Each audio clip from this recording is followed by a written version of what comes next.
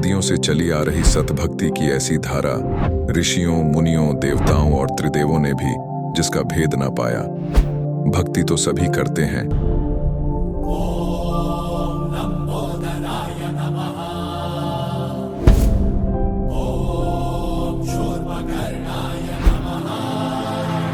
और हरदम यह सोच रहती है कि रहने के लिए आलीशान घर हो, घूमने के लिए बड़े बड़े पार्क हो, खाने पीने के लिए स्वादिष्ट भोजन हो, हम कभी बीमार ना हो, कभी दुखी ना हो और कभी भी ना मरे।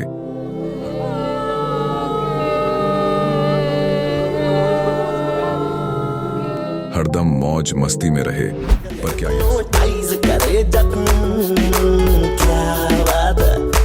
पर क्या यह संभव है?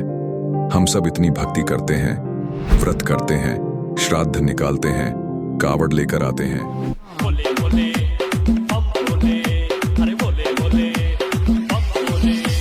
मंदिरों में जाकर मूर्ति पूजा करते हैं,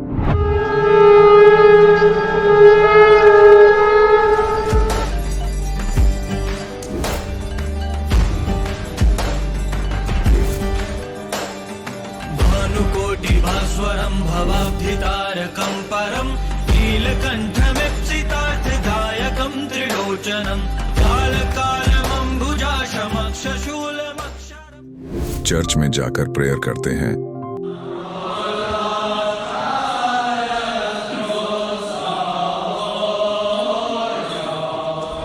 मस्जिद में जाकर नमाज अदा करते हैं,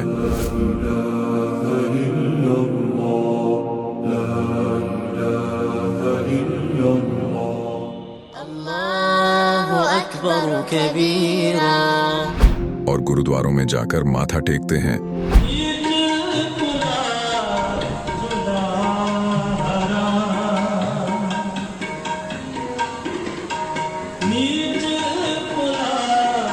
फिर भी दुखी क्यों है? लेकिन क्या आप जानते हैं वो कौन सी भक्ति है? वो भक्ति जिसने मीरा को जहर से बचा लिया, ध्रुव और प्रहलाद की रक्षा की, अंधे को आंखें और बहरे को कान दिए, कोढ़ी को काया दी, दुखियों को सुखी जीवन दिया, मरने वाले को जीवन दान दिया और लाइलाज बीमारियों को दूर किया। जब संत रामपाल जी महाराज जी से दीक्षा ले ली थी, उसके बाद जब उनका कुछ विद इन मंथ कैंसर में राहत मिली। जैसे हम लोग परमात्मा का आदेश आया, हम लोग हॉस्पिटल गए और ऑपरेशन कराया। भगत जी 1 रुपया का भी दवाई माता जी को खाना नहीं पड़ा, और जो डॉक्टर कैंसर है बताते थे, वही डॉक्टर के मुख से हमने ये सुना भगत जी कि ये चमत्कार कैसे हो गया। तो हॉस्पिटल में दिखाया तो कैंसर घोषित कर दिया डॉक्टर ने यहाँ। तो फिर इसके इलाज के लिए घूमे, इलाज भी नहीं हुआ, तो फिर घर पे थक के बैठ गए। कैंसर के लिए जिंदल हॉस्पिटल में रहा, उसके बाद सपड़ा हॉस्पिटल में रहा, उसके बाद जयपुर को दिखाया, उसमें कोई इलाज नहीं हुआ। संत रामपाल जी महाराज जी ने चरणामृत प्रसाद दिया और आशीर्वाद दिया और भक्ति ज्ञान दिया, और उसके बाद मैं तंदुरुस्त हूँ। हर दिन में अपना सब कुछ खाता हूँ, मुझे कोई समस्या नहीं। मेरे को बीमारी ये थी सर कि ब्लड ट्यूब में मेरे को एक प्रकार का पस आ गया था और इन्फेक्शन हो गया था। उस इन्फेक्शन को डॉक्टर लोग वो कह रहे थे कि इसमें आपको ऑपरेशन करना पड़ेगा। आश्रम पहुंचने में परमात्मा का नामदान लिया और जो उन्होंने मुझे उपदेश दिया, उस उपदेश देने के बाद उन्होंने आशीर्वाद दिया। आशीर्वाद देने के बाद तत्क्षण में मेरा ये रोग वहीं के वहीं दर्द बिल्कुल ठीक हो गया। भक्ति सभी करते हैं, लेकिन उपरोक्त लाभ सिर्फ सतभक्ति से ही प्राप्त होते हैं। आज भी सतभक्ति करने वाले हजारों लाखों लोगों को शास्त्र अनुसार भक्ति का अद्भुत अनुभव प्राप्त हो रहा है। आइए जानते हैं ऐसे ही लाखों श्रद्धालुओं में से एक सतभक्ति करने वाले इस श्रद्धालु का अनुभव। नमस्कार सर। नमस्कार सर साहिब। सर क्या नाम है आपका? मेरा नाम खेमेंद्र कुमार साहू है। मैं भिलाई छत्तीसगढ़ से जिला दुर्ग का निवासी हूँ। सर संत रामपाल जी महाराज से नाम दीक्षा आपने कब ली? मैंने परम संत सदगुरु तत्वदर्शी रामपाल जी महाराज का नामदान 12 फरवरी 2013 को लिए है। सर संत रामपाल जी महाराज से नाम दीक्षा लेने से पहले क्या आप कोई भक्ति साधना भी करते थे? जी हमारा जो परिवार है वो मतलब कबीरपंथी परिवार कहलाता है, और मेरे जो पूरे परिवार के लोग हैं वो दामाखेड़ा से जुड़े हुए हैं, जो प्रकाश मुनि भी जहाँ पे विराजमान है गद्दी में। और मैं खुद मेरा मतलब कान फुकवाया था, मतलब गुरु बनाया था।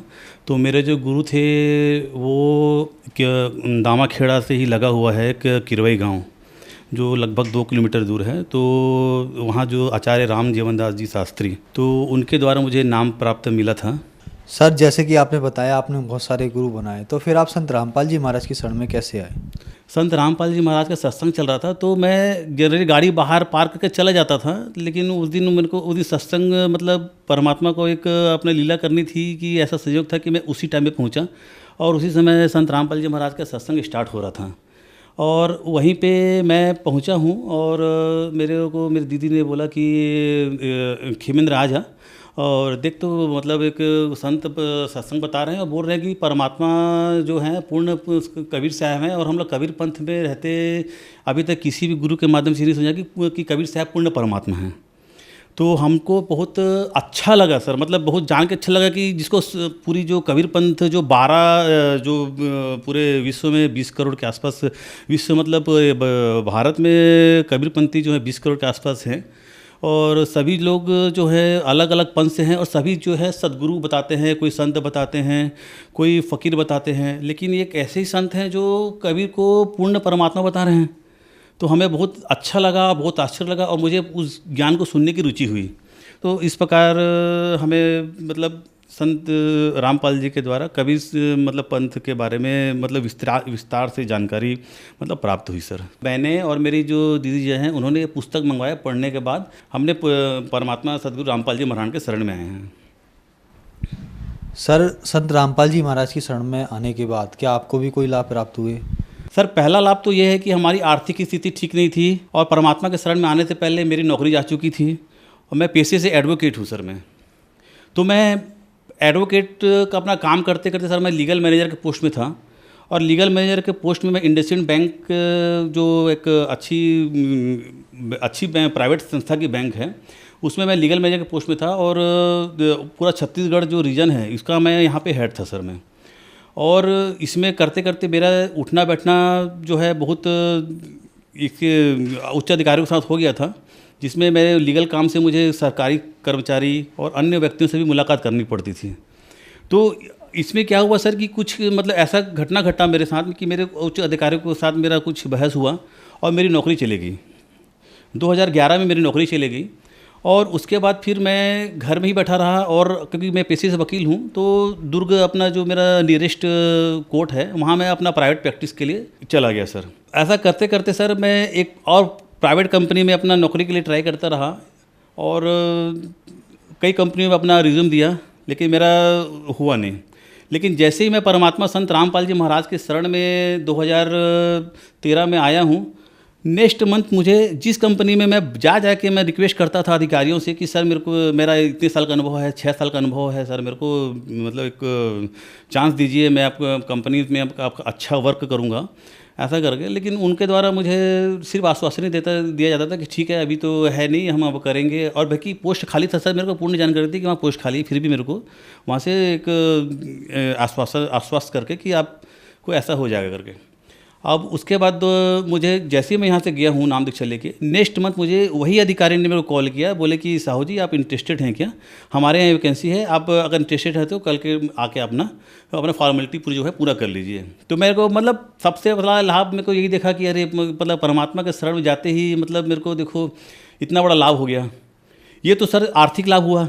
शराब पीना चालू कर दिया था, सिगरेट पीना चालू कर दिया था, तंबाकू खाना चालू कर दिया था, और मतलब अब ये समझ लीजिए कि राक्षसों की गिनती में चालू हो गई थी। तो जैसे ही मैंने संत रामपाल जी महाराज के नाम प्राप्त करने के लिए बरवाला आश्रम के लिए निकला, सेवाएं जो बसें चल रही थी वो बस खड़ी थी, और मैं सोचिए मतलब उस समय भी मेरे जेब में तब भारत छाप तंबाकू जो छत्तीसगढ़ में चलता है, भारत छाप तंबाकू और चूना मेरे जेब में था। लास्ट में जिंद स्टेशन में उतरा हूँ, तंबाकू रगड़ा हूँ, मुँह में डाला हूँ, और उसके बाद बस में बैठा हूँ। मैं बस में बैठने के बाद जैसे ही हमने आश्रम देखा तो पता नहीं मेरे अंदर क्या प्रेरणा हुई, मतलब क्या हुआ, या परमात्मा को ऐसा क्या मेरे मतलब मति फेरनी थी मेरी। मैं ना कोई सोचा ना साचा, मैं तो मेरे जेब से मैं निकाला हूँ चोर पैकेट से डाल के मैं निकाला हूँ और तम्बाकू और जो फेंका हूँ। उस दिन के बाद से भगत जी 2013 12 फरवरी के बाद से ना मैंने सिगरेट पिया, ना मैंने दारू पिया, ना मैं बियर पिया, ना मैं तम्बाकू खाया। मतलब ये एक बहुत बड़ा चमत्कार। टॉयलेट जा रहा हूँ तो मेरे को तम्बाकू चाहिए, कहीं जा रहा हूँ तो सिगरेट चाहिए, तो इस टाइप का मतलब हरकत हो गया था सर।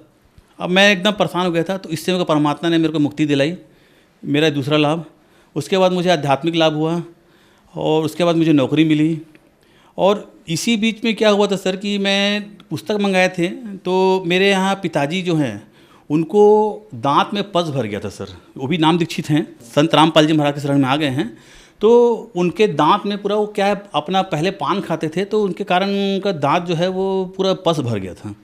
तो उसके कारण क्या था, वो पस जो है उनको दांत निकालते गए दांत पूरा आज के डेट में पूरा उनका दांत निकल गया है। और वो पस जो है धीरे धीरे करके पूरा ये जो श्वास की नली है सर हमारी, उसको पूरा जाम कर दिया था। मतलब सर वो डॉक्टर ने उनको ये बोल दिया था, वो आईसीयू पहुंच गए। आईसीयू पहुंचने के बाद डॉक्टर ने उनको ये बोल दिया कि अभी इनको बचाना मुश्किल है। मैं उसी दिन शाम को अंबिकापुर हमारी इंडस्ट्रियल बैंक में था, मैं उससे मीटिंग थी हमारी। तो मैं अपने बॉस को लगाया कि मेरे फादर आईसीयू में हैं और उनको बहुत कम उम्मीद है सर, और मैं अभी जाने कंडीशन में नहीं हूँ ऐसा करके। तो तुरंत तत्काल में छुट्टी दे दिए। और मेरे बड़े भैया हैं वो अपना अलग दुखी हो गए, मैं अलग अपने जाके अपनी वाइफ के साथ और दीदी के साथ रोना चालू किया कि ये मतलब पिताजी अब नहीं रहेंगे, बोल रहे हैं डॉक्टर, पता नहीं डॉक्टर तो ऐसा जवाब दे दिए हैं, अब हम लोग कैसे करेंगे, क्या करेंगे ऐसा करके। तो पता नहीं भगत जी सर, मैं इतना मतलब क्या हुआ कि हम लोग फिर प्रेरणा हुआ, क्या हुआ, मेरे यहाँ ज्ञान गंगा पुस्तक रखी हुई थी। मैं उस समय किराए में पहुँच गया, किराए के मकान में रहते थे हम लोग अलग। उसको बाद मैं गया हूँ और पुस्तक को मैंने खोल के देखा और घर में ही अपने घर में उस पुस्तक को खोल के देखा, तो मेरे को नेक्स्ट डे खबर मिला कि आपके जो फादर हैं वो आईसीयू से बाहर आ गए हैं। ये मेरे को बहुत बड़ा लाभ मिला, मतलब परमात्मा ने हमको लाभ ही लाभ दिया है सर। और उसके बाद मेरी पत्नी जो है वो प्राइवेट में थी, उसी बीच हम लोग संत रामपाल जी शरण के में आए थे। तो उसी बीच मेरा छोटा बेटा मेरी वाइफ ने कंसीव किया था। तो उसके बाद हमने बोला कि हम तो शरण में नहीं आ सकते हैं, अब तो इतना लंबा सफ़र भिलाई से मतलब छत्तीसगढ़ से हरियाणा जाना, तो परमात्मा संत रामपाल जी महाराज के आश्रम में नहीं जा सकते। तो मैं एक बोला कि काम करना, तुम संत रामपाल जी महाराज से ना एक बार, सबको परमात्मा संत रामपाल जी महाराज सबको आशीर्वाद देते हुए चाहते हैं, और वो कुछ भी आपके मन में प्रश्न है तो वो सब पूरा प्रश्न पूछते हैं, सब चीज़ का आंसर देते थे उस समय।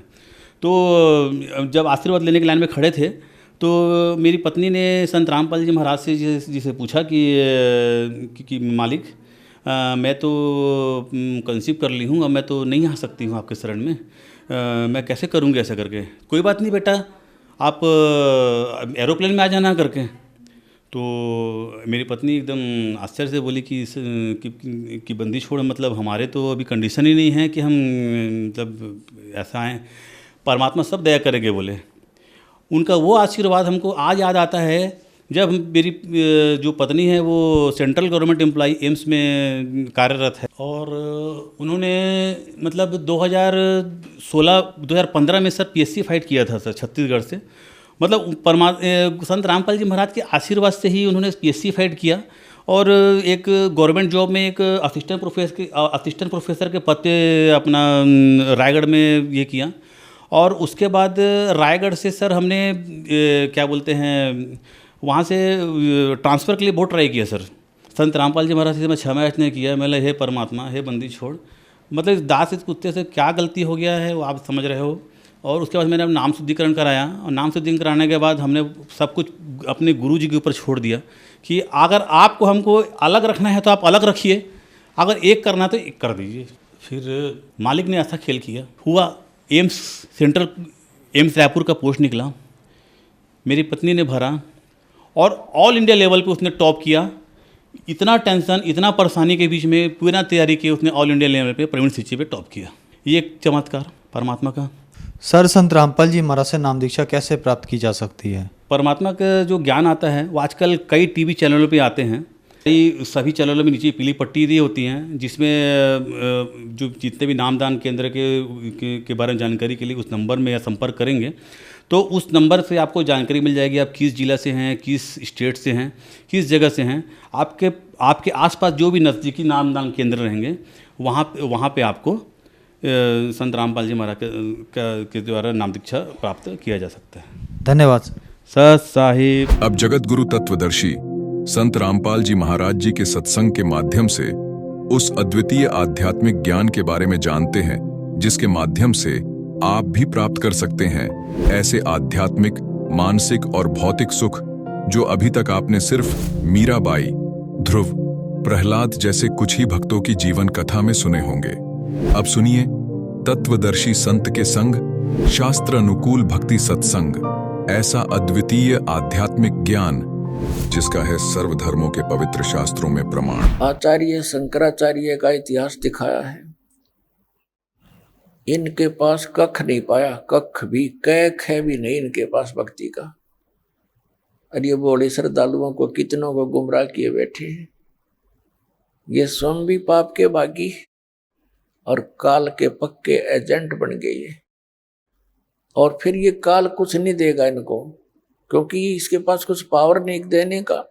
ये तो नाश कर सके है। जिसका नाम में काल हो गया तो उसके पास रहम कैसे हो सकता है, दया कैसे होगी उसके पास। जैसे कसाई है और बकरे पालता है, उन बकरे बकरियों को भले कितनी सेवा करता दिखाई देता है, उनके लिए सारी सुविधाएं भी उपलब्ध कराता है, लेकिन वो उन पर रहम कैसे कर सकता है, क्योंकि वो तो उसने पाल ही इसलिए रखे हैं कि उनको खावे और बेचे। तो ये जिस लोक में आप रह रहे हो, ये ऐसा लोक उस मालिक का लोक है, इस ईश का लोक है, यहाँ का ये काल मालिक है। तो तब परमात्मा ने कहा था कि जब 5500 वर्ष बीत जाएंगे ना कलयुग के, तब मैं अपना एक, अब परमात्मा इसने साची थोड़ी बतावा थी, इस नालायक तई पहले कहा कि मैं स्वयं आऊंगा, और फिर कहा कि मैं अपना एक महापुरुष भेजूंगा और उसके पास शब्द शक्ति दे दूंगा तो उसके निकट नहीं आ सकेगा। तो फिर परमात्मा ने कहा था कि जब वो कलयुग का समय आएगा उस समय तक तू कर ले जो तूने करना है। तो तब इसने कहा था कि जब तुम्हारा वो 5500 वर्ष कलयुग का आएगा उससे पहले तो इनको ऐसा कंडम कर दूंगा, या तो भक्ति करना ही भूल जाएंगे। क्यों नास्तिक बनवाना चाहता सबको ये। जैसे महात्मा बुद्ध था, अच्छी आत्मा थी, भगवान का बच्चा था, काल के हाथ चढ़ गया, क्योंकि पिछले पुण्यकर्मी प्राणी ही ये संत पद को प्राप्त करते हैं। इनकी बोलने की शैली न्यारी होती है पिछले संस्कारवश, और वो दुरुपयोग करता है यो काल इनका। तो उनके बोलने की शैली अच्छी थी, कसक थी उनकी आवाज में, लाखों लोग अनुयायी हो गए। पूरा चीन महात्मा बुद्ध का अनुयायी बन गया। और महात्मा बुद्ध के द्वारा बताए गए भक्ति विधि से उनको कोई अध्यात्म लाभ नहीं हुआ। औपचारिक बातें तो आम आदमी भी जानता है, जब तक भगवान का साथ उसके नहीं होगा उसको, तो वो किसी चीज का भी पालन नहीं कर पाएगा। कुछ दिनों में सब भूल जाएगा। और परमात्मा साथ रहेगा तो उसको अभाव किसी वस्तु का होने ही नहीं देगा, जिससे वो गिरावट में आवेगा नहीं। तो यही हुआ कि भगवान से मिलने वाली राहत बंद होगी। और जब महात्मा बुद्ध आए थे उस समय सभी प्राणी अच्छी पुण्यात्मा होते थे। वो उनको संसारिक सुख उनके पूर्व जन्म के ही संस्कारों से मिलते रहते थे, और वो ये सोचते रहे कि महात्मा बुद्ध ने जो हमें क्रिया बताई है इससे हम फलीभूत हो रहे हैं, जिस कारण से आगे चल के उनकी संतान इतनी पुण्य युक्त नहीं। क्योंकि कलयुग में ऐसे ही घटती आ रही है सतर हमारे पुण्यों का, तो फिर उनको कुछ भी लाभ नहीं हुआ, तो उन्होंने त्याग दिया भक्ति को और विधान बना दिया कि कोई भगवान नहीं है। ये सृष्टि अपने आप बनती और बिगड़ती रहती है, और काल यही चाहता है कि ये नास्तिक हो जाए, बिल्कुल भगवान की रुचि ना रहे, इस खासकर इस कलयुग में। पहले जिसने चिंता थी नहीं। तो पुण्यात्माओं, ये जितने भी राधा स्वामी पंथ, जय गुरुदेव पंथ, सतपाल और बालोगेश्वर का पंथ, और ये आसाराम, और ये जितने भी सुधांशु जी का पंथ, ये कृपालु कृपुलु, और ये सारे काल के एजेंट हैं। इनके द्वारा बताए गए भक्ति मार्ग से किसी को भी लाभ नहीं हो सकता, और कुछ दिनों में ये पूरा मानव ये नास्तिक हो जाना था, ये सत्कर मान लेना। अब जैसे राधा स्वामी पंथ के प्राणी जो 30-30 वर्ष, 20-20 वर्ष, 10-10 वर्ष से वहाँ साधना किया करते थे, और वहाँ उनको सुख होते थे, और बताते थे, जो गुणगान करते थे, गुरुजी आज हमें ये लाभ हो गया, गुरुजी आज हमें ये लाभ हो गया, और ईब उनकी बिरानमटी होगी। इसी जैसे सुख इन राधा स्वामी धन धन सतगुरु सच्चा सौदा सिर साड़े आसाराम राणा नो है। ऐसा तो हम साला सर जाया करते, जब भी हुआ करता था। उस हनुमान की पूजा, पत्थर की मूर्ति पूजा करने जाते, तभी हमें महसूस होता था कि हमें ये सुख हो गया, हमें ये सुख हो गया। वो होता था हमारे पूर्व जन्म के पुण्यों से, और हम सोच रहे थे बाबा हनुमान जी ने दे दिया, बाबा हनुमान जी बता। अब वो तो आप भगत थे, एक भगत दूसरे भगत को क्या दे सकता है? और वो कभी नहीं कहा करते मेरी भक्ति करो, वो तो खुद भगवान की भक्ति करते थे, औरों को भी सलाह देते थे भक्ति करो भगवान की। तो इन अनाड़ी अज्ञानी काल के एजेंटों ने हमको उल्टे मार्ग पर लगा दिया। तो ऐसे ही ये प्राणी भ्रमित हो गए। जैसा भी पुण्यात्मा को जैसा कोई गुरु मिलता है, उस गुरु जी के बताए अनुसार वो तन मन धन से समर्पित हो जाता है। इसी प्रकार एक धर्मदास नाम के एक बहुत पुण्यात्मा थे।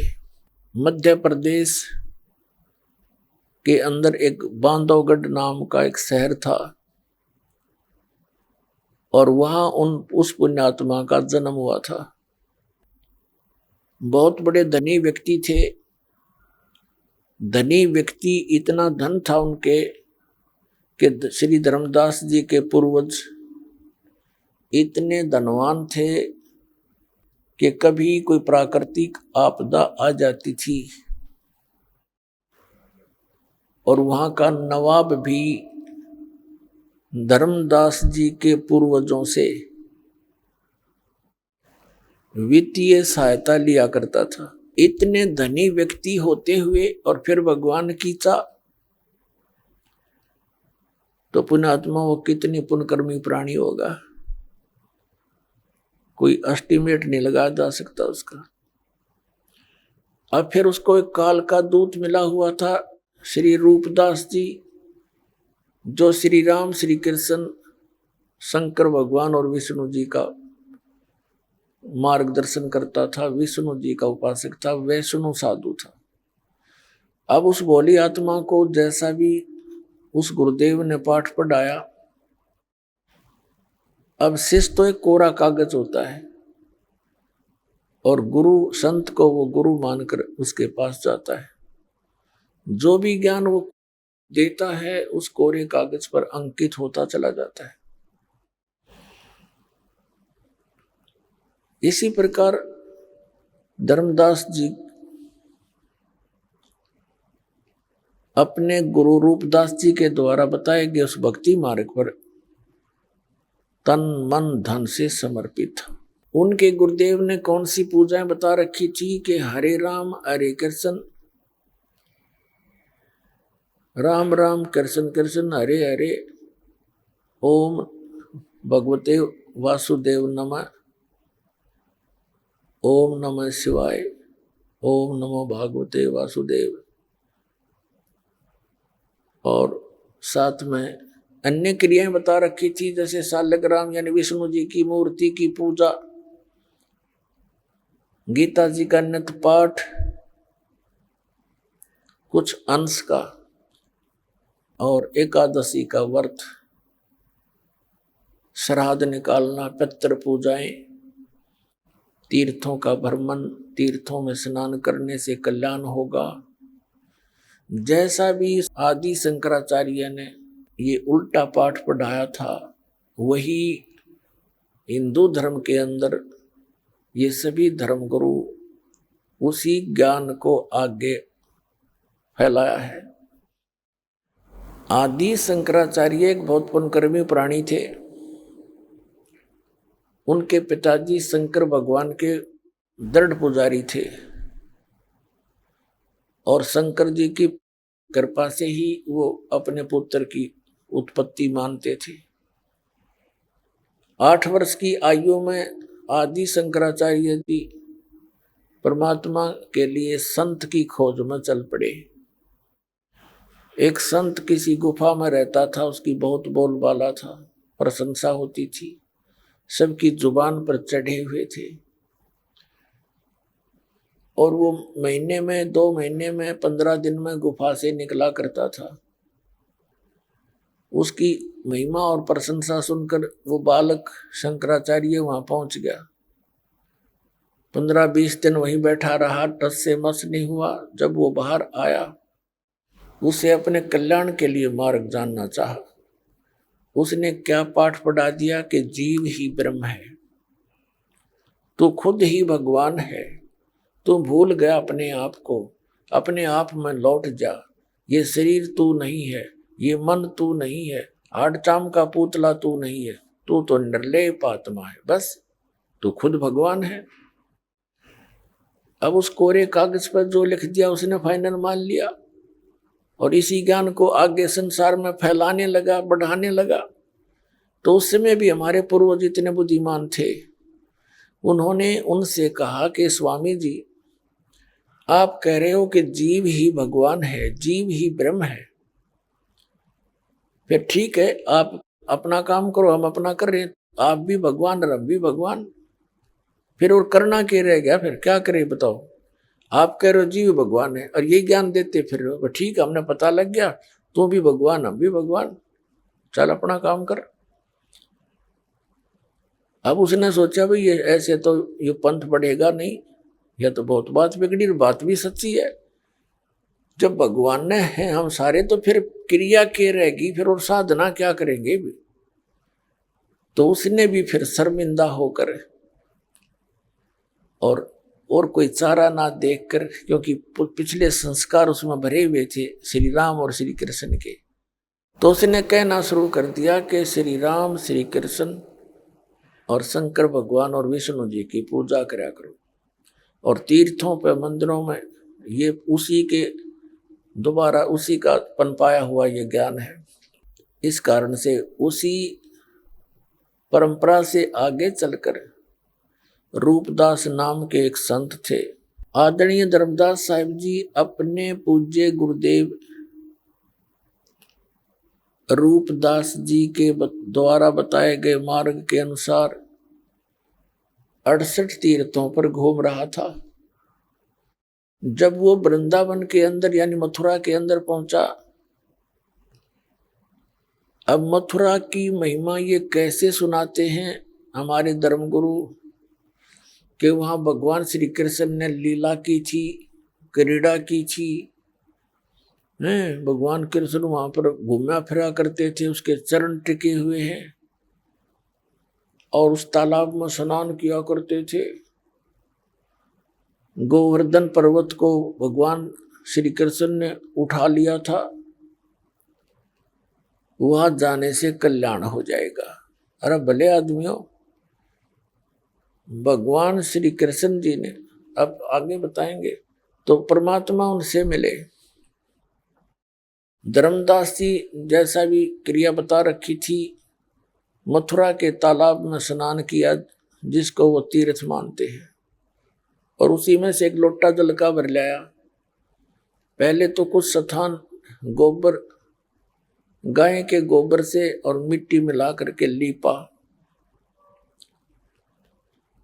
और फिर उसके ऊपर एक बढ़िया कपड़ा बिछा के पहले तो भगवान विष्णु की मूर्ति को स्नान कराया एक थाली में रख के, उसको फिर सारे कपड़े पहनाए, तिलक तुलक लगाया, मुकुट रख दिया और उसको धूप दीप दे के लगा गीता जी का पाठ नित नियम करता था। वो भगवान परमात्मा, वो सतपुरुष, वो हमारे पिता हमारे लिए भटक रहे हैं। वो उस समय काशी में प्रकट थे, एक जुलाहे की भूमिका कर रहे थे। परमात्मा का यहाँ आने का उद्देश्य यही होता है कि यथार्थ ज्ञान प्रचार करूं और काल भी ना समझ सके कि ये भगवान आए हैं, इस तरह लीला किया करते हैं। वो काशी के अंदर दुल्हाई का कार्य करते थे और परमात्मा जिस उद्देश्य को लेकर आते हैं वो भी साथ साथ पूरा करते हैं। जैसा कि वेद गवाही देते हैं कि वो परमात्मा सतलोक से चलकर आता है, अच्छी आत्माओं को मिलता है, उनको ज्ञान देता है, तत्व ज्ञान देता है, अध्यात्म मार्ग से कंप्लीट पूर्ण अध्यात्म मार्ग से उसको परिपूर्ण करता है। और परमात्मा स्वयं भी कहते हैं, गोता मारूं स्वर्ग में जा बैठूं पाताल, कह कबीर ढूंढता फिरूं मैं अपने हीरे मोती लाल। उन हीरे मोती लालों को खोजते हुए परमात्मा एक जिंदा महात्मा का रूप बनाकर वहां पहुंच गए, जहां धर्मदास जी अपना नित्य क्रिया कर रहा था। थोड़ी सी दूरी पर बैठ के जिंदा महात्मा होते हैं मुसलमानों में, काला सा ओवरकोट पहनते हैं, घुटनों से नीचे ताई का, पिंडलियों तक का एक ही, और एक अंडरवियर कच्छा पहनते हैं घुटनों तक का, एक ऊपर टोप काले से रंग का, ऐसा ऊंचा ऊंचा सा टोप कपड़े का बनाकर पहनते हैं। ऐसी वेशभूषा वाले को जिंदा महात्मा कहते हैं। ये विशेषकर मुसलमानों में होते हैं। परमात्मा थोड़ी दूरी पर बैठ गया, क्योंकि हिंदू मुसलमानों से इसलिए नफरत करते रहे हैं कि ये मांस खाते हैं। तो परमात्मा ने सोचा कहीं ये बिदक ना जावे, मेरी वेशभूषा को देखकर थोड़ा दूर बैठ गए। अपने आत्माओं देख हमारे साथ कैसा जुल्म कर रखा है इस काल ने। हमारे पिता ने हमारे निकट आते हुए डर लग रहा है, कहीं मेरा बच्चा और दूना ना गर्क हो जाए। जैसे बच्चा डूबने जा रहा हो और को निकालने के लिए कोशिश करता है, तो उसने ये भी ध्यान रखना पड़ता है कि आगे और ना चला जाए ये बालक, गहरे पानी में डूब ना जा। तो इसलिए परमात्मा दूर बैठ के और वो नित्य नियम करते हुए गीता जी का पाठ कर रहा था। और परमात्मा ऐसे गर्दन हिला रहे थे जैसे मानो धर्मदास जी के द्वारा पढ़े जा रहे उस गीता के ज्ञान से बड़े प्रभावित हैं और बहुत अच्छा लग रहा हो। धर्मदास जी ने देखा कि ये मुसलमान होकर के हमारी गीता के ऊपर कितना आसक्त है। उस दिन थोड़ा सा और ऊंचे स्वर में बोलना शुरू कर दिया और गीता अध्याय जिसको पढ़ रहा था उसका अनुवाद भी साथ बोलना शुरू कर दिया। जब उसने अपनी सब क्रियाएं कर ली, तब परमात्मा थोड़े से निकट आकर बैठ गए 10 फुट की दूरी पर और कहा, महाराज जी, हे महात्मा जी, मैं परमात्मा के लिए भटक रहा हूं और मुझे कोई मार्गदर्शन करने वाला नहीं मिल रहा है। परमात्मा की तरफ मुझे बहुत है, मेरा कोई मार्गदर्शन करो, मुझे यथार्थ ज्ञान बताएं। तब धर्मदास जी को और अच्छी खुशी हुई कि भी बड़ी अच्छी बात है, एक मुसलमान हमारे इस धर्म से प्रभावित हुआ, हमारे ज्ञान से। तो उसने कहा कि आजा, बैठ जा, बता देता हूं। देखो, ऐसे ऐसे लगा बताने कि 68 तीर्थ करने चाहिए, श्रीमद् भगवद गीता का नित्य पाठ करना चाहिए और ऐसे ऐसे राम कृष्ण की भक्ति करने से मोक्ष होता है, शंकर भगवान की भक्ति करनी चाहिए। तब परमात्मा ने कहा कि मेरे कुछ प्रश्नों का उत्तर दीजिए महात्मा जी, ताकि मेरा शंका का समाधान हो सके। धर्मदास जी, क्योंकि वैष्णव साधुओं जैसी वेशभूषा बना रखी थी उसने, 60-65 साल की, 60 से भी ज्यादा उम्र होगी थी उनकी, 70 के आसपास। और उसमें उसने अपने वेशभूषा एक वैष्णव साधुओं संतों जैसी बना रखी थी। गले में कंठी, एक तुलसी की माला, मणिया होता है मन का बस, और लंबा सा तिलक यहाँ से लेकर यहाँ तक पूरे नाक पर लगाते हैं। माला डाल रखी, अन्य मालाएं। तो इस वेशभूषा वाले को वैष्णव संत कहते हैं। तो परमात्मा ने कहा कि महात्मा जी, मेरी कुछ शंकाओं का समाधान कीजिए। मुझे ये बताइए कि ब्रह्मा विष्णु महेश जी के माता पिता कौन है। अब धर्मदास जी जो पाठ पढ़ रखा था वही लगा सुनाने। ये तो अजर व अमर है, इनका कोई माता पिता नहीं है, सर्वेश्वर है, श्री कृष्ण विष्णु ये एक ही है।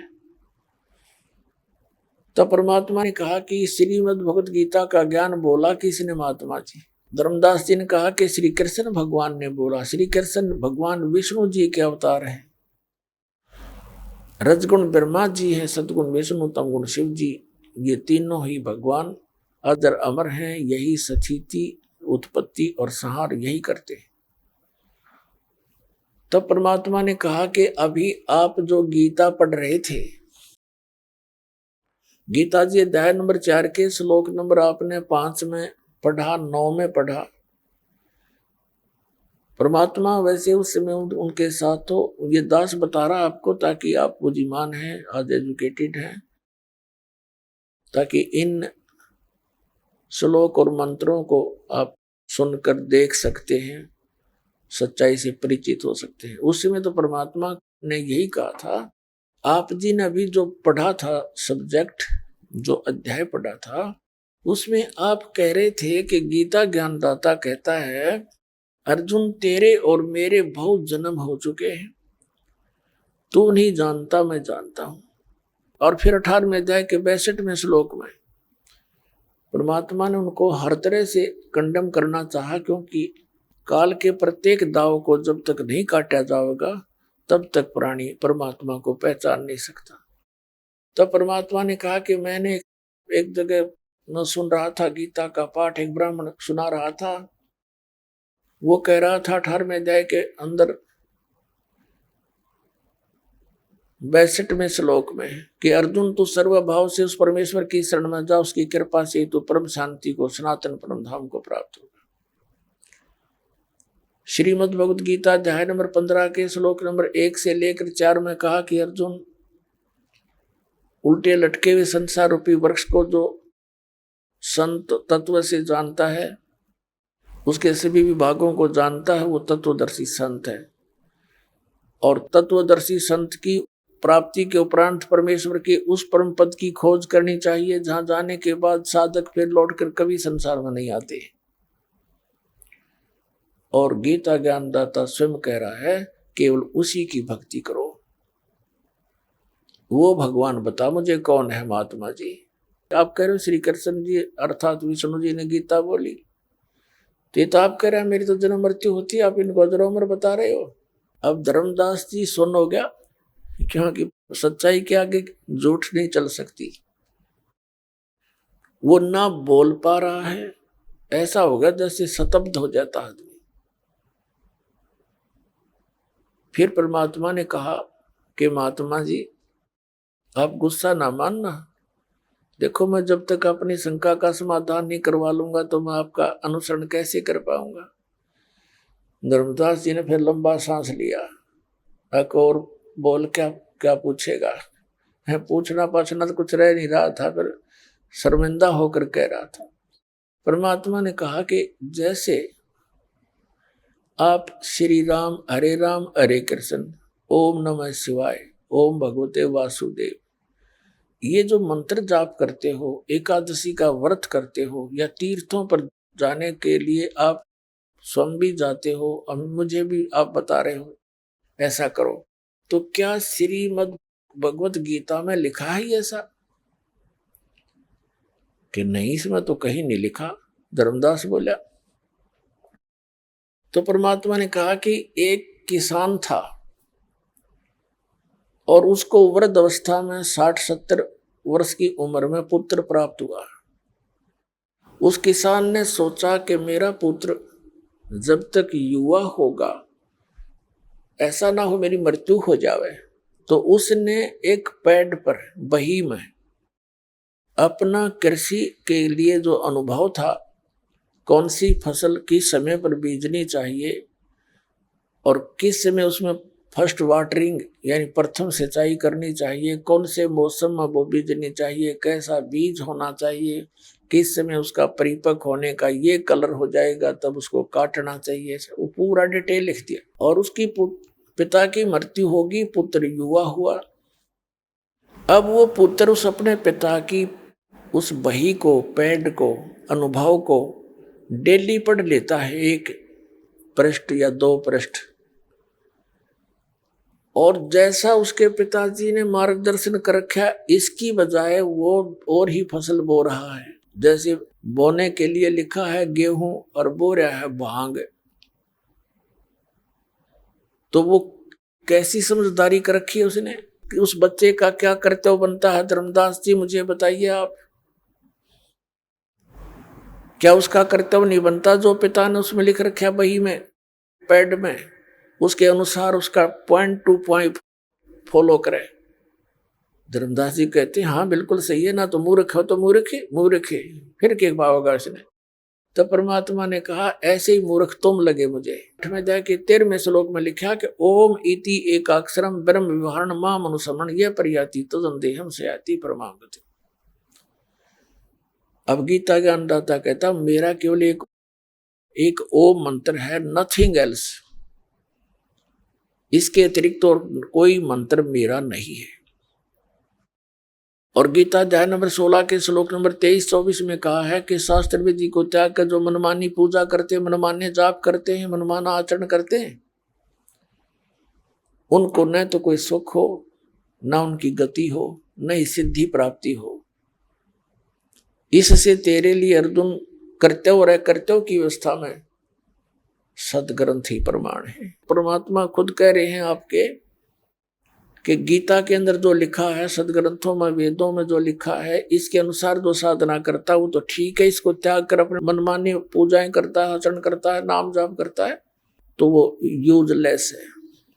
अब धर्मदास जी के तो पसीने आ गए, और ये पुराना रंग 20, 30, 50 वर्ष से फिर पूरे समाज के अंदर जहां भी जाते हैं एक ही जैसी लोकवेद कथाएं होती हैं, किसी को कोई ऑब्जेक्शन ही नहीं होता, सभी उसको सेट हो जाते हैं। जो भी जिस धर्म में, मजहब में जन्मा है उसका बहुत बड़ा समुदाय होता है, और पूरे क्षेत्र में वही पूजाएं, उसी तरह की विचारधारा बनी रहती है, फिर उसमें ऑब्जेक्शन नहीं होता किसी को। और उसमें आकर के कोई सच्चाई बताने की चेष्टा करता है तो विरोध का एक तूफान बन जाता है। तो ये सब काल का ही जाल है।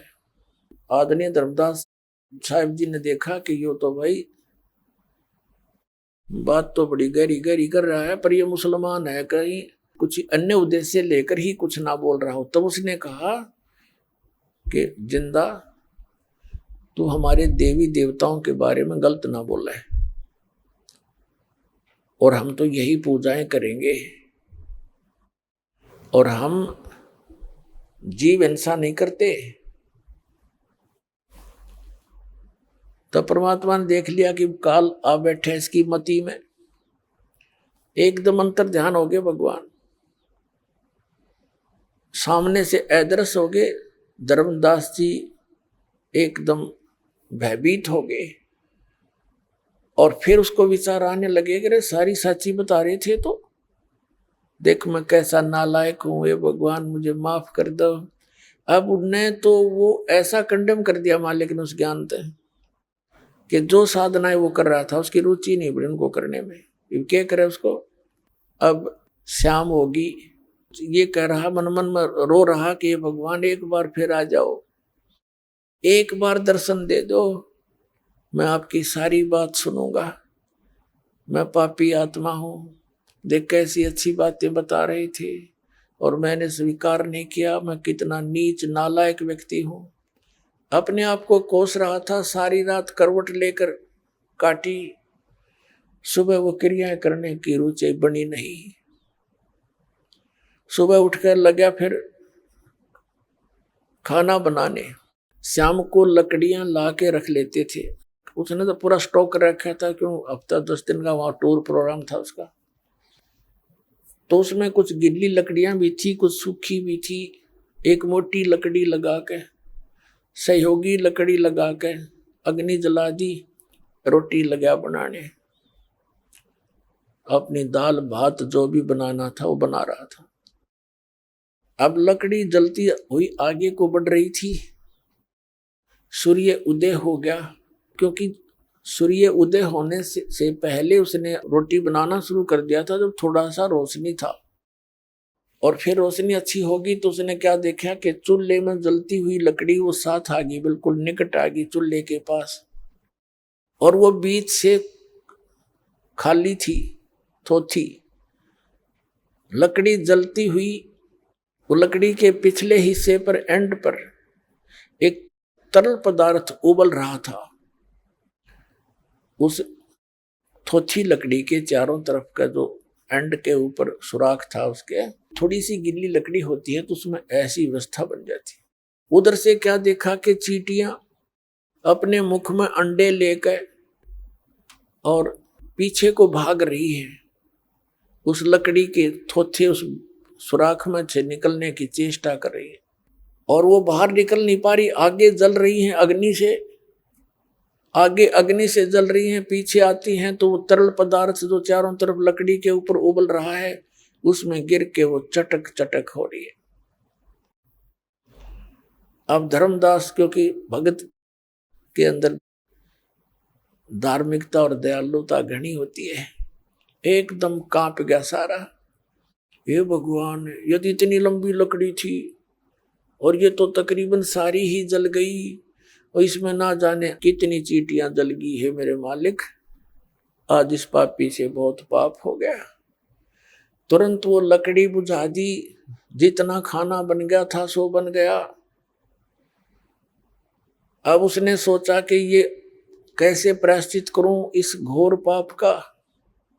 अपनी सोच अनुसार उसने क्या प्लान बनाई कि आज मैं निराहार रहूंगा और इस भोजन को किसी साधु संत को खिला दूंगा, मेरा भार ना बनेगा।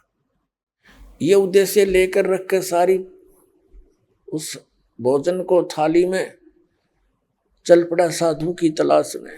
परमात्मा कहते हैं, सोचल छिद्र मैं करूं अपने जन के काज। एक साधु रूप बना करके, लाल कपड़े वालों को हिंदू धर्म में साधु मानते हैं, और बैठ के एक वृक्ष के नीचे धर्मदास जी की दृष्टि पड़ी तो तुरंत उनके पास जाकर प्रणाम किया, भोजन रख दिया। महाराज जी भोजन पा लो, भूख लगी होगी। परमात्मा ने कहा, हाँ धर्मदास भूख लगी है, रख दो भाई। अब वो देख रहा है कि ये आदमी जाना पहचाना सा भी लग रहा है, पर मुझे कैसे जानता है।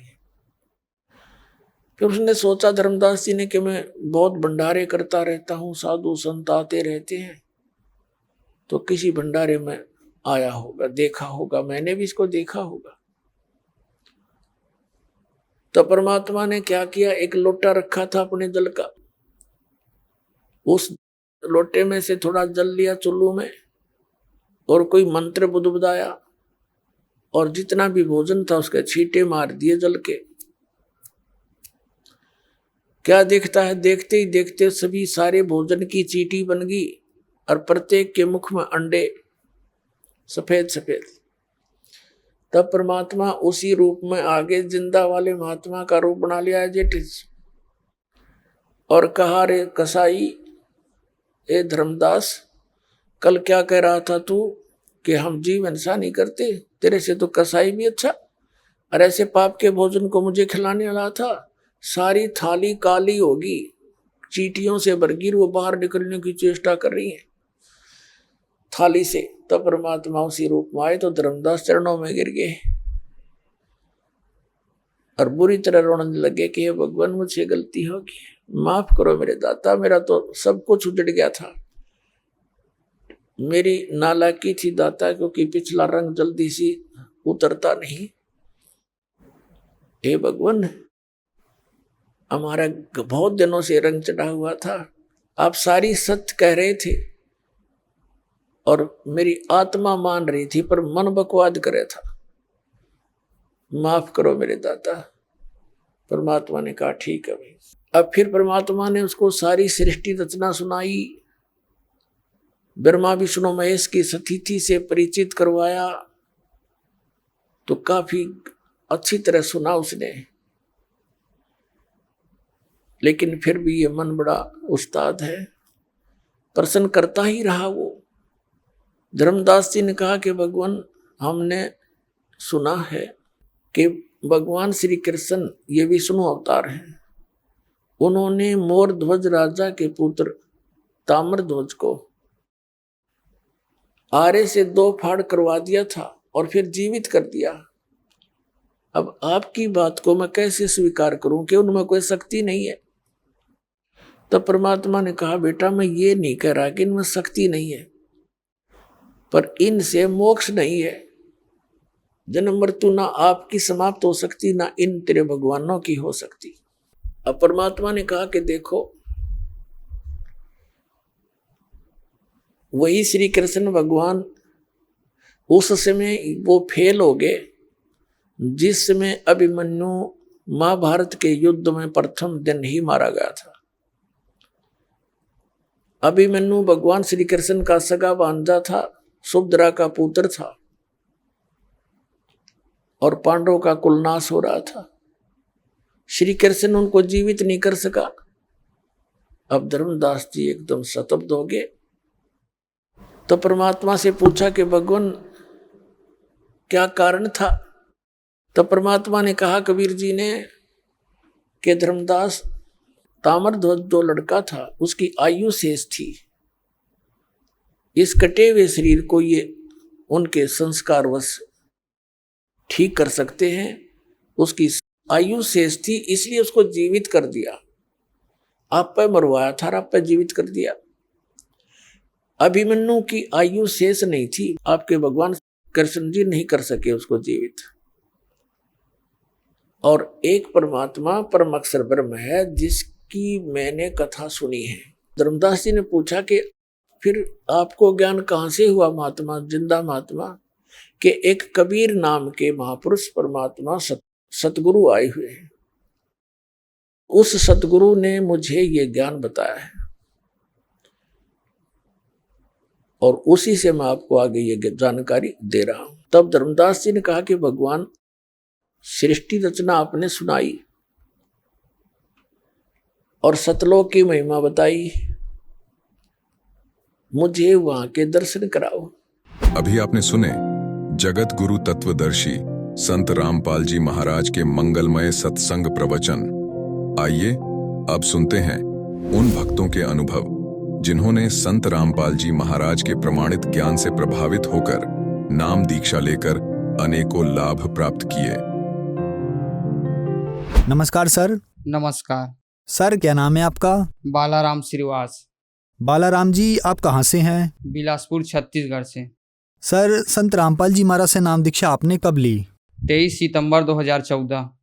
सर, कृपया हमारे दर्शकों को बताएं कि आपने अभी तक क्या क्या भक्ति साधनाएं की हैं।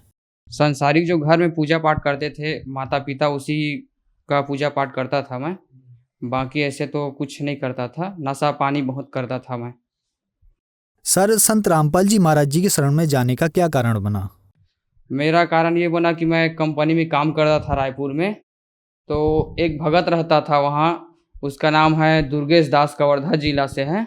वो बताता था मेरे को, रात में आता था ड्यूटी से तो 11 बजे मेरे को उठा देता था कि बालाराम तुम कहाँ पास हो ऐसे करके। तो मेरे को उठा देता तो समझाता था, ज्ञान समझाता था कि अरे गुरु जी आए हैं, वहाँ संत रामपाल जी महाराज हैं, उनका ज्ञान सुनो और उसी के मार्ग में चलो, ये सब छोड़ो, ये कंपनी में जुड़े हुए सब बेकार है, फालतू का चीज़ है, ऐसे करके बोलते थे मेरे को। उसके बाद मैं घर आया, वहाँ कंपनी को छोड़ दिया, घर आया। घर आने के बाद वहाँ जाने के लिए तैयार हो गया। जाने के लिए तैयार हुआ तो उसके बाद मैं यहाँ घर आया तो भूल गया सब, यही नशा पानी में भूल गया। उसके बाद मेरा एक्सीडेंट हो गया था। फिर उसके बाद एक्सीडेंट हुआ तो फिर मेरे को ये लगा कि अब नहीं, बाकी अब ज़्यादा लेट नहीं करना है, अब संत रामपाल जी महाराज की शरण में जाना है। तो मैं वैसी ही हालत में, मेरे को 3 दिन हुआ था एक्सीडेंट में, कुछ खा भी नहीं पा रहा था। वैसी ही हालत में मैं सतलोक आश्रम बरवाला में चला गया। उसके बाद मैं वहाँ गया तो मेरे को सब जितना लगा था, दांत वगैरह सब वो ठीक हो गया। मेरा यहाँ फटा था वो ठीक हो गया। यहाँ आने के बाद फिर परमात्मा की भक्ति करने लगा। संत रामपाल जी महाराज की फिर नाम दीक्षा लिया मैं। सर, संत रामपाल जी महाराज से नाम दीक्षा लेने के बाद आपको क्या लाभ मिले? मेरे को पहला लाभ तो ये मिला कि मेरी पत्नी जो है उनका इन्फेक्शन हो गया था, पूरा किडनी, गुर्दा, लीवर सब में, पूरा शरीर में इन्फेक्शन हो गया था।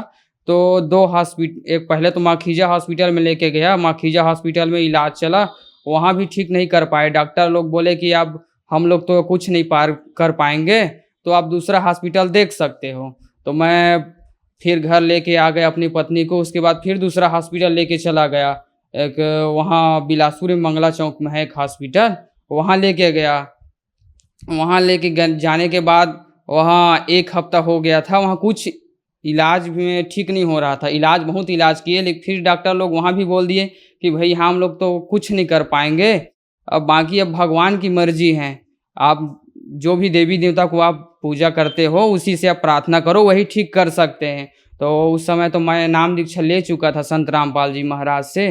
तो फिर संत रामपाल जी महाराज के बाद मैं प्रार्थना लगाया। प्रार्थना लगाने के बाद मेरी भगत पत्नी को फिर धीरे धीरे फिर आराम होने लगा। तो डॉक्टर लोग बोले कि अब बाकी तो आपकी भगवान ही ठीक कर रहे हैं, हम लोग तो कुछ दवाई वगैरह नहीं चला रहे हैं, सब वही ठीक कर रहे हैं, ऐसे करके बोले। 1 हफ्ता बाद फिर घर लेके आ गया। संत रामपाल जी महाराज की भक्ति करने से ठीक हो गया सब। और उसके बाद ये मेरे को अभी ब्लैक फंगस हो गया था, ये दूसरा लाभ है। ब्लैक फंगस हो गया था, मेरे आँख नहीं दिख रहा था। 2-3 रोज तो ऐसा हो गया था कि एकदम मैं तो अब नहीं जी पाऊँगा, ऐसा हो गया था। फिर एकदम बढ़ने लगा एकदम से। फिर 1 हफ्ता ऐसी बीत गया पूरा, तो मेरा आँख एकदम से बंद हो गया था, पूरा कुछ दिखाई नहीं दे रहा था सामने में, आँख एकदम खराब हो गया था। डॉक्टर लोग को दिखाता था, डॉक्टर लोग भी दवाई देते थे, उसमें भी आराम नहीं होता था। फिर संत रामपाल जी महाराज के बाद प्रार्थना लगाया। प्रार्थना लगाने के बाद सब 15 दिन में सब पूरा ठीक हो गया। नशा भी बहुत करता था मैं, बहुत नशा करता था, सरपंच वगैरह के साथ में रहता था, रात भर नहीं आता था, 12 बजे 2 बजे रात तक शराब पीता था उन लोग के साथ में। वो भी मेरा नशा सब छूट गया। सिगरेट पीता था, शराब पीता था, मांस भी बहुत खाता था, मांस उन लोग के साथ में, शराब भी बहुत पीता था। ये सब मेरे संत रामपाल जी महाराज की शरण में आने से सब ठीक हो गया। सर, आपने हमारे टीवी चैनल्स पर अपने अनुभव बताए, अपने लाभ बताए जो आपको संत रामपाल जी महाराज से नाम दीक्षा लेने के बाद मिले।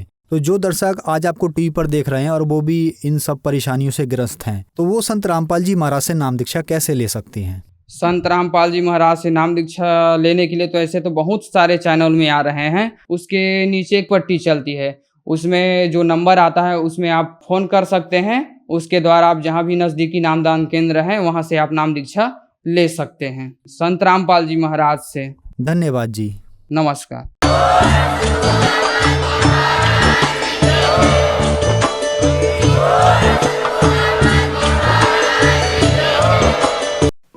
आप सुन रहे थे जगत गुरु तत्वदर्शी संत रामपाल जी महाराज के मंगल प्रवचन। अधिक जानकारी के लिए संपर्क करें